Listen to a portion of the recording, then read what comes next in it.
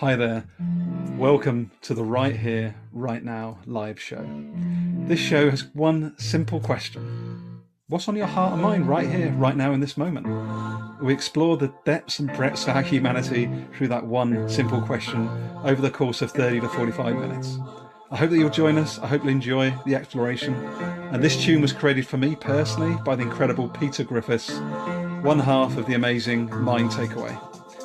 Do let us know what you think. Let us know what you take away. And of course, we always welcome challenges too. Hope to see you on the exploration.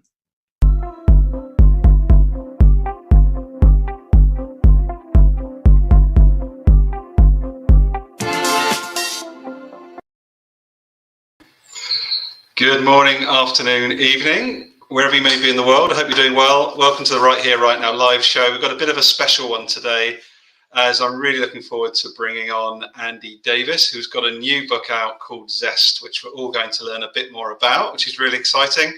Just before I bring Andy on to have this exploration today, just a quick reminder for anyone that may be interested.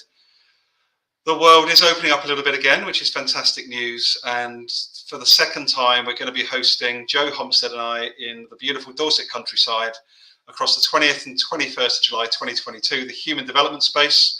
It's an emergent co-creative experience. We co-create the agenda, facilitate the agenda together. There's no sage on a stage, and there's some quite transformational experiences that took place across the gathering last September. So again, 20th to 21st of July 2022. If you're interested, please do drop me a line. Let's bring Andy onto the conversation today. Good morning, sir. How are you? Oh, good afternoon, sorry now. How are you? Yeah, good afternoon, Gary. Yeah, great to see you. Thank you for having me. Delighted to be here. Not at all. So good to see you again. I just think back to all those conversations we had a few years back with Vivian Aqua, and it's incredible what's happened in the last few years, isn't it? Really. Yeah, I think if we went back then, Gary, I don't think we'd have predicted anything that's happened in the last couple of years. But yeah, that's the volatility that we now live in, isn't it? Well, in the spirit of that conversation, let's get into it. As I say, the show's called Right Here, Right Now. We know that, of course, I've mentioned you've got a book that's coming out, which is brilliant. I think that's going to be the bias of our conversation today. But as we go into that, why not ask the question? Because it is part of the show. What is on your heart and mind right here, right now, in this moment, Andy, alongside bringing out your book? Yeah, I think the key thing for me at the moment is role modelling by leaders throughout the world. And that's not just in business, that's everywhere, in every part of our lives. I think what's taught us the most probably over the last few years is actually how important role modelling is. And you get great role models and you get really poor role models. And it's about actually people being a great role model because there's a lot of folks that actually probably don't realise that they are a role model, albeit probably for the wrong reasons.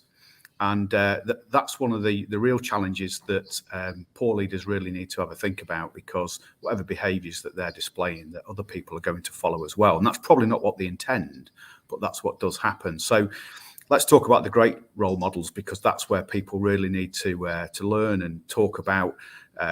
That's really key for how we move forward. That's probably a lot of the challenges that we face now and in the future. Probably a lot of things that people are going through now. Actually, they're probably looking around, trying to find a decent role model to follow.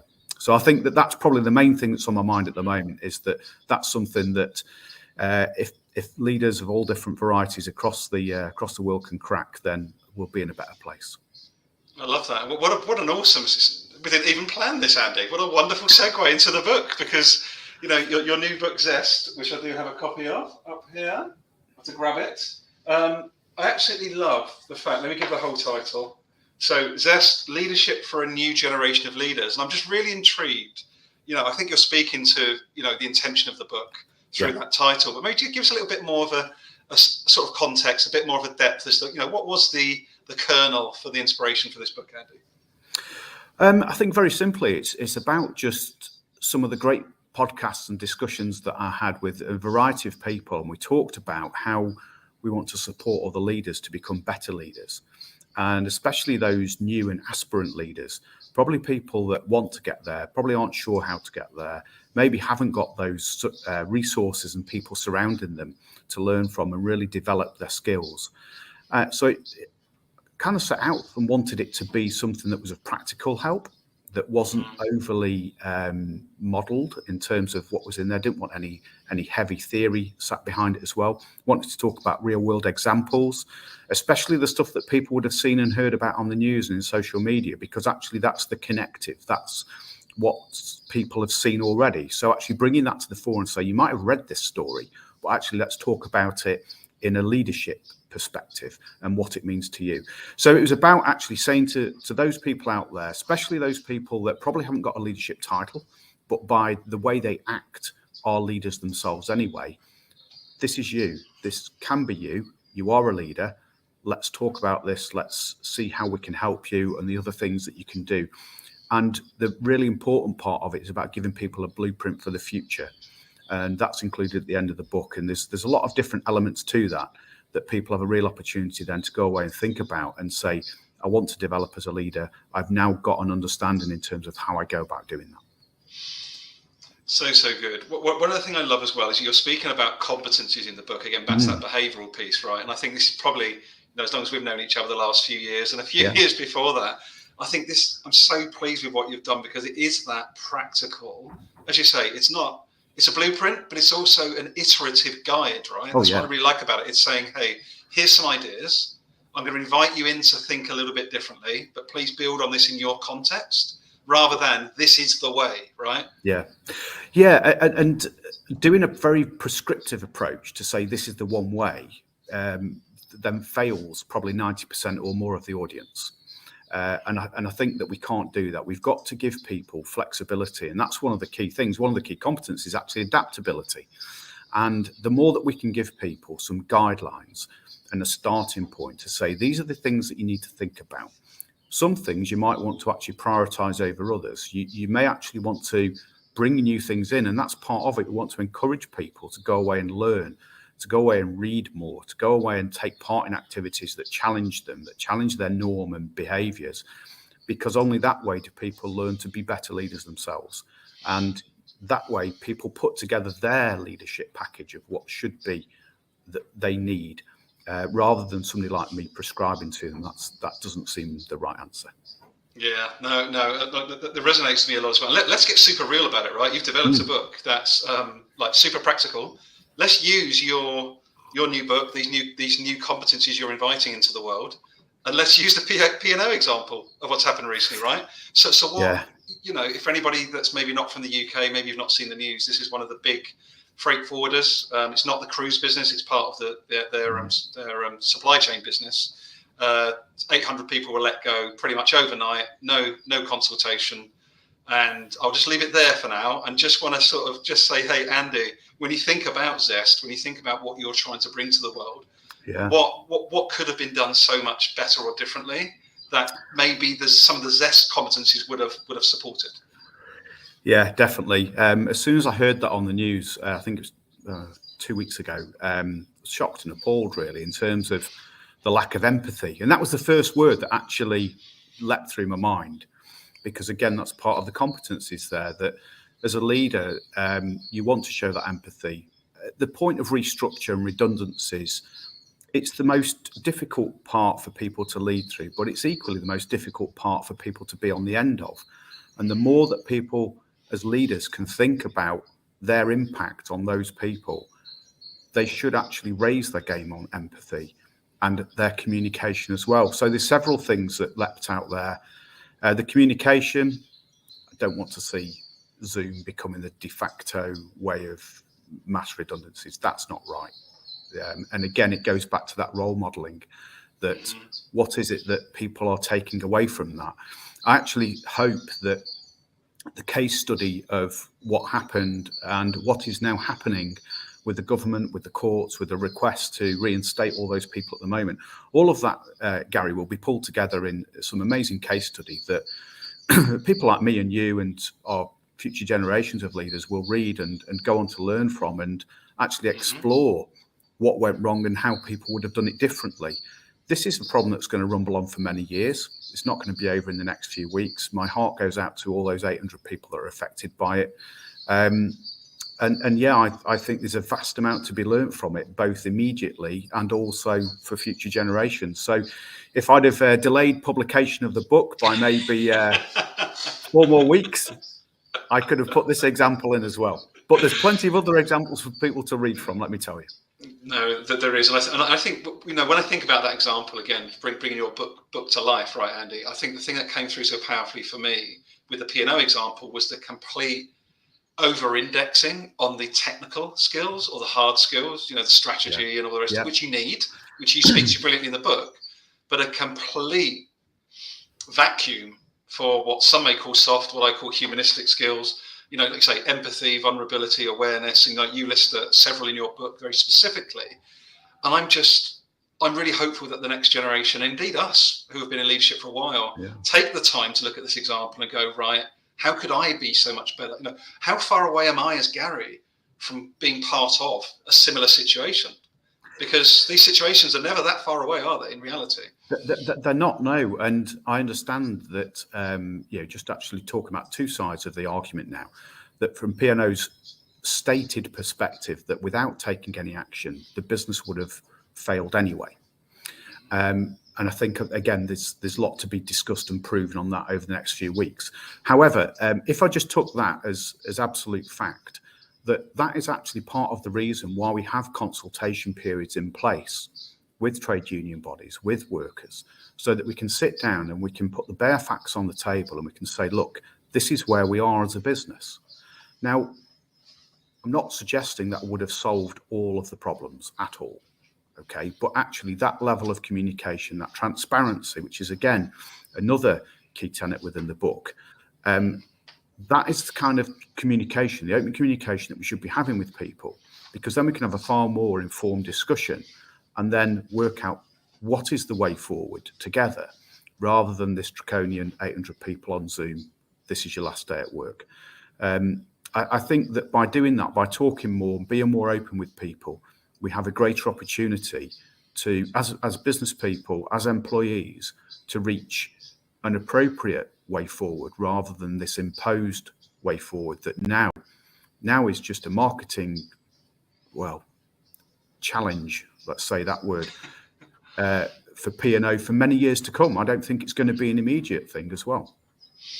Yeah, and I think that's what's really interesting for me about the book that you've written is like, it just screams to me, Andy, like if we can adopt more of this way of being as leaders, like you're not going to have a problem with attracting talent. You're not going to have a problem with getting the people you need in the business, right? So I see this almost, although you're not speaking directly as a talent development and attraction book, there's a massive amount in it, I think, that really speaks to that element.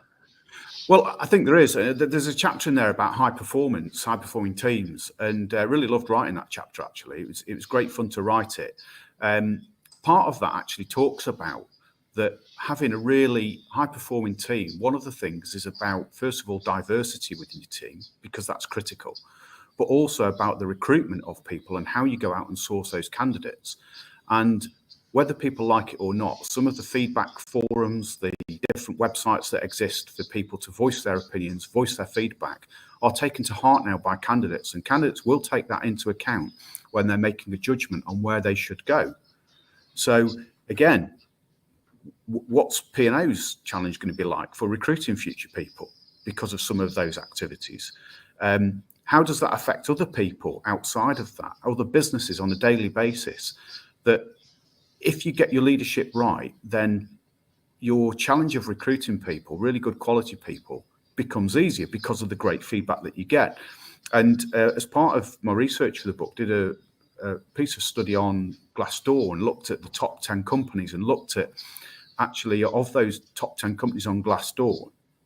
The first thing that struck me was that on 9 out of 10 of them, they talked about values. They talked about the business values throughout their piece on Glassdoor. It's really interesting to see what people noted. And when people talked about the leadership team and the CEO themselves, again, it was really interesting. So many comments about transparency, openness, easy access. So there's some real easy gimmies out there already for people to understand why this stuff is important. This really isn't breaking a mold with actually just highlighting that this is how you can do it, because it does actually aim at your bottom line in the future if you can get the great candidates in. It's so interesting, as I hear you, and I just love your passion, Andy. I always have loved your passion since I got to know you about this. And the thing I'm excited about as well with what you're bringing to the world is just its practical accessibility, right? Yeah. This is something someone can go and practice with a peer. You can set up reading circles in your organization to practice these different competencies. And it's the thing I really like about it is that it's not like you're saying to people, you need to go over there and invest 10 million in this particular leadership development program. What I'm reading it is, you've already got good people you're paying salaries to. Why don't you create the space for them to do more of this work? Because they've probably got a lot of it already, and it just needs to be unlocked, right? Yeah, I definitely agree with that. I think that the amount of talent, the amount of leadership expertise people will have in their businesses already, but probably aren't making the most of, I think that that's really high. I also think that one of the challenges that people have, challenge and an opportunity, let me correct myself, is the amount of leadership material that's out there right now.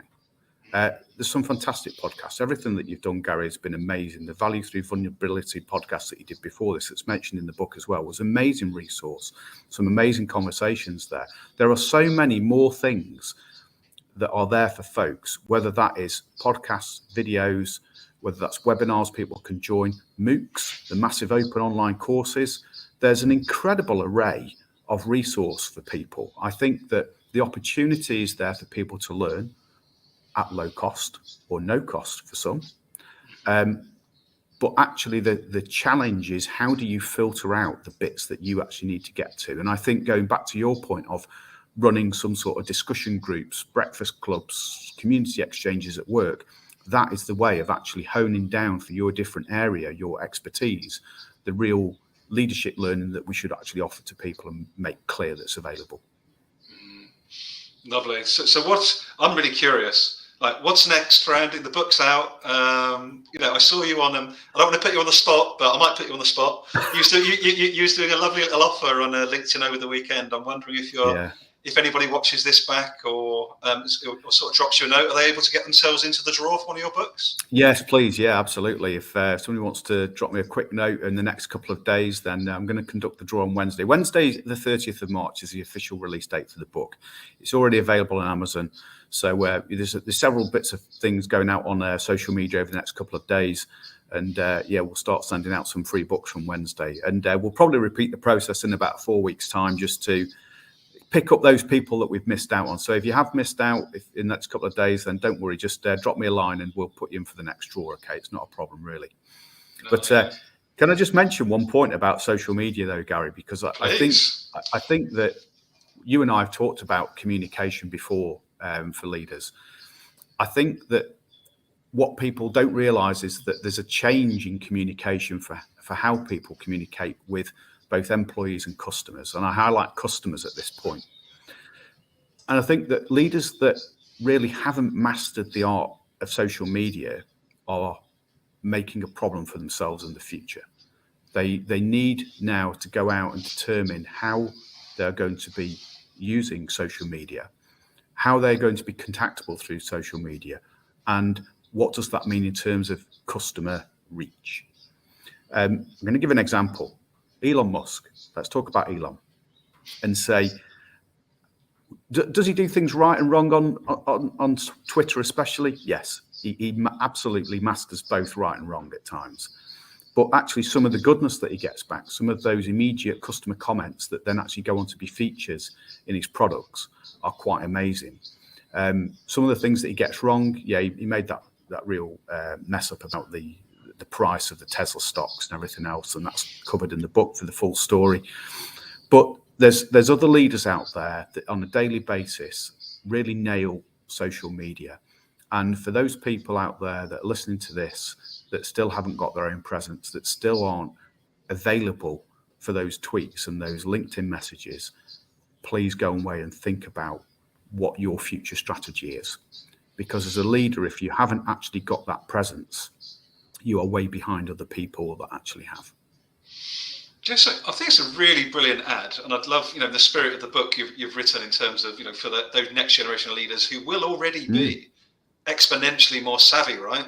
technology-wise than Yep. you or I would have been at their same age. Yep. I'm interested because a bit of a personal in the moment question here, Andy, because I still work in the corporate space. I've got a big network in the corporate space, Yep. as well as outside. I still see generally, it's a generalization, but there's also a lot of truth in this because I experience it. There's very much a muting of the average inverted commas worker.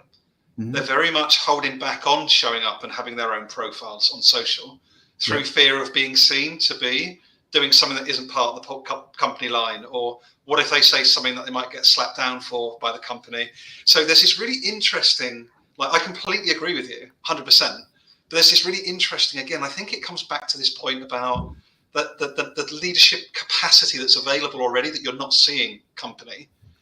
How could social media support unleashing that potentially if every one of your employees felt comfortable and safe to show up fully online? Yeah. And that's part of it, though. It's about actually making that the norm for people, not the exception. And it's about showing people what's right and what's wrong. And by doing that, by just simply giving people some very simple guidelines, and that's the point, simple guidelines to follow, people can actually open up that great wealth of contacts, ability to share something. If I want to share something with my contacts, I'll reach X amount of people. If I want to share it within a company of 100 people with their contacts, it will be, well, X to the power of something. It will be an incredible amount rather than just my small collective.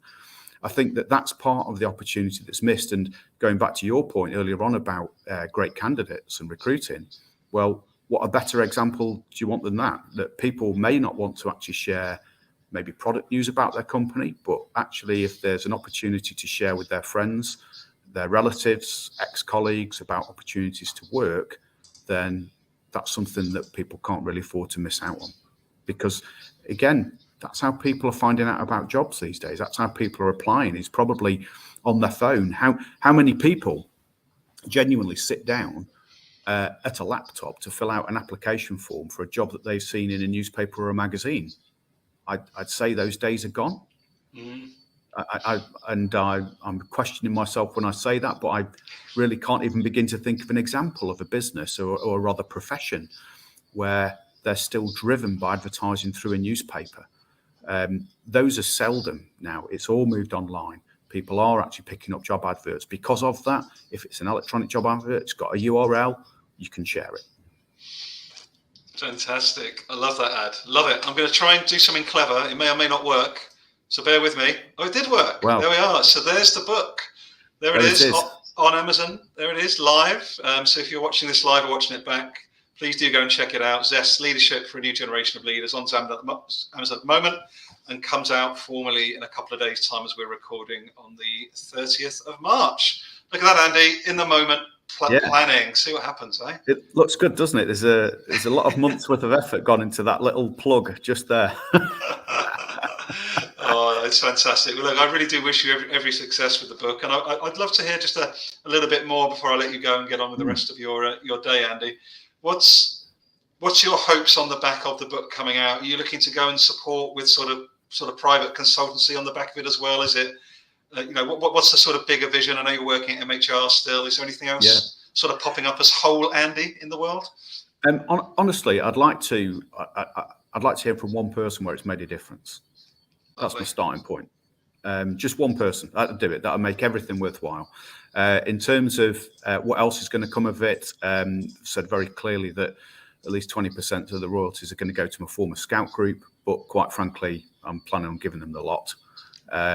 So I can't wait to do that. I'd like to go around and visit some of my former scout leaders and hand them a check over. So those are the two immediates, really. That's really immediate. Beyond that, actually, Gary, what I'd like to do is probably look a bit deeper into leadership development. That's another area of interest for me. That might be a source of some sort of future writing. You never know. There's part of me that feels that I've spent so much time and effort actually publishing a book through Amazon that I might actually write a book on how to publish a book through Amazon. Very meta.